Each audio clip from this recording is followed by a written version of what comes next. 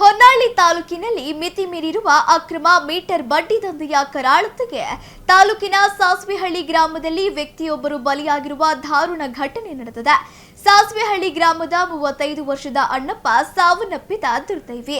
ಹೊನ್ನಾಳಿ ತಾಲೂಕಿನಲ್ಲಿ ಸಿಡಿಬಡ್ಡಿ ದಂಧೆ ಸೇರಿದಂತೆ ಮಟ್ಕಾ, ಇಸ್ಪಿಟ್ ಹಾಗೂ ಗಾಂಜಾ ಅಫೀಮು ಮಾರಾಟದಂತಹ ಕಾನೂನು ಬಾಹಿರ ಚಟುವಟಿಕೆಗಳು ರಾಜಾರೋಷವಾಗಿ ನಡೆಯುತ್ತಿವೆ ಎಂಬ ಆರೋಪಗಳು ಕೇಳಿಬರುತ್ತಿದ್ದು, ಈ ಸಿಡಿಬಡ್ಡಿ ದಂಧೆಯಿಂದ ತಾಲೂಕಿನಲ್ಲಿ ಈಗಾಗಲೇ ಅನೇಕ ಕುಟುಂಬಗಳು ಆಸ್ತಿ ಪಾಸ್ತಿ ಕಳೆದುಕೊಂಡು ಬೀದಿಗೆ ಬಂದಿದ್ದು, ಸಾವು ನೋವುಗಳು ಸಂಭವಿಸಿದ್ದರೂ ಈವರೆಗೂ ಯಾವುದೇ ಅಧಿಕೃತ ದೂರು ದಾಖಲಾಗಿರಲಿಲ್ಲ ಹಾಗೂ ಇವುಗಳಿಗೆ ಕಡಿವಾಣ ಬಿದ್ದಿರಲಿಲ್ಲ ಎಂದು ಸಾರ್ವಜನಿಕರು ಆಕ್ರೋಶ ವ್ಯಕ್ತಪಡಿಸಿದ್ದಾರೆ. ಬಡ್ಡಿ ದಂಧೆಕೋರರ ಕಿರುಕುಳ ತಾಳಲಾರದೆ ಮೃತ ಅಣ್ಣಪ್ಪ ಆತ್ಮಹತ್ಯೆ ಮಾಡಿಕೊಳ್ಳುವ ಮುನ್ನ ತಮ್ಮ ಮೊಬೈಲ್ನಲ್ಲಿ ಸೆಲ್ಫಿ ವಿಡಿಯೋ ಮಾಡಿಕೊಂಡಿದ್ದಾರೆ. ಆ ವಿಡಿಯೋದಲ್ಲಿ ತಾಲೂಕಿನಲ್ಲಿ ಅಕ್ರಮವಾಗಿ ಸಿಡಿಬಡ್ಡಿ ದಂಧೆ ನಡೆಸುತ್ತಿರುವವರ ಹೆಸರುಗಳು ಹಾಗೂ ಅವರ ಪ್ರಭಾವದ ಬಗ್ಗೆ ಸ್ಪಷ್ಟವಾಗಿ ಹೇಳಿಕೊಂಡಿದ್ದಾರೆ. ಸದ್ಯ ಈ ವಿಡಿಯೋ ಸಾಮಾಜಿಕ ಜಾಲತಾಣಗಳಲ್ಲಿ ವೈರಲ್ ಆಗಿದ್ದು, ಸಾರ್ವಜನಿಕ ವಲಯದಲ್ಲಿ ಭಾರಿ ಚರ್ಚೆಗೆ ಗ್ರಾಸವಾಗಿದೆ.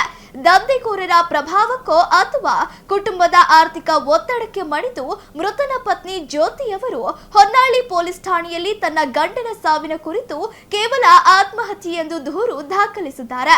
ವಿಡಿಯೋದಲ್ಲಿ ಬಡ್ಡಿ ದಂಧೆಕೋರರ ಹೆಸರುಗಳಿದ್ದರೂ ದೂರಿನಲ್ಲಿ ಇದರ ಉಲ್ಲೇಖವಾಗದಿರುವುದು ಸಾರ್ವಜನಿಕರಲ್ಲಿ ಹಲವು ಅನುಮಾನಗಳಿಗೆ ಹಾಗೂ ಚರ್ಚೆಗೆ ಗ್ರಾಸವಾಗಿದೆ. ನೀನು ದುಡ್ಡು ರಾಮು ಅಂತ ಕರೆದು ನೀನು ದುಡ್ಡು ವಸೂಲಿ ಮಾಡ್ಕ, ಅವನೇ ಕೊಡಬೇಕಾಗಿರೋದು. ನಮ್ಮ ಹತ್ರ ಅಂತೂ ಏನಿಲ್ಲ. ನಮ್ಮ ಹತ್ರ ನೀನು ಏನು ಮಾಡಿದ್ರು ನಮ್ಮ ಹತ್ರ ದುಡ್ಡಿಲ್ಲ. ನೀನು ದುಡ್ಡು ಅಲ್ಲೇ ಅದು ಅವನ ತಕ್ಕನೇ ಇಸ್ಕ, ಇಲ್ಲ ಅವನು ಚೆಕ್ ಹೋಗೋದಾವೆ ಕೇಳಿ ಲೆಕ್ಕಾಚಾರ ಮಾಡಿ ದುಡ್ಡು ಇಸ್ಕೊಂಡು ನೀನು ಅವನ ತಕ್ಕ ಲೆಕ್ಕಾಚಾರ ಮಾಡ್ಕೊಂಡು ಬಗೆಹರಿಸ್ಕೊ. ನಮ್ಮ ಹತ್ರ ಅಂತೂ ಏನಿಲ್ಲ. ನನಗೆ ಅಷ್ಟು ತಗೊಂಬಂದು ಅಷ್ಟು ತಲೆಗಿಟ್ಟಾರೆ. ನನ್ನ ಸಾವಿಗೆ ಅಷ್ಟು ಕಾರಣ, ನಾನು ಸತ್ರ ಅಷ್ಟು ನೀವೇ ಎಲ್ಲ ಕಾರಣ. ನೋಡಪ್ಪ, ಎಲ್ಲರಿಗೂ ವಾರ ಬಡ್ಡಿ ಕಟ್ಟಿ ಸಾಕಾಗೈತೆ. ನನ್ನ ಜೀವಕ್ಕೆ ನೀವೇ ಹೊಣೆಗಾರರು. ಯಾರೇ ಬಂದು ಮನೆ ತಕ್ಕ ನನ್ನ ಹೆಂಡ್ರ ಮಕ್ಳಿಗೆ ತೊಂದರೆ ಕೊಟ್ಟರೆ ನೀವೇ ಅನುಭವಿಸ್ಬೇಕು ನೋಡು. ಅಷ್ಟು ನನ್ನ ಸಾವಿಗೆ ನೀವೇ ಕಾರಣ. ಅಷ್ಟು ನನ್ನ ಸಾವಿಗೆ ನೀನೇ ಫಸ್ಟ್ ಕಾರಣ. ಭದ್ರಾವತಿ ಆಲಿಶಣ ನೀನೇ ಕಾರಣ. ನನ್ನ ಸಾವಿಗೆ ನೀನೇ ಕಾರಣ ಆಲಿಶಣ.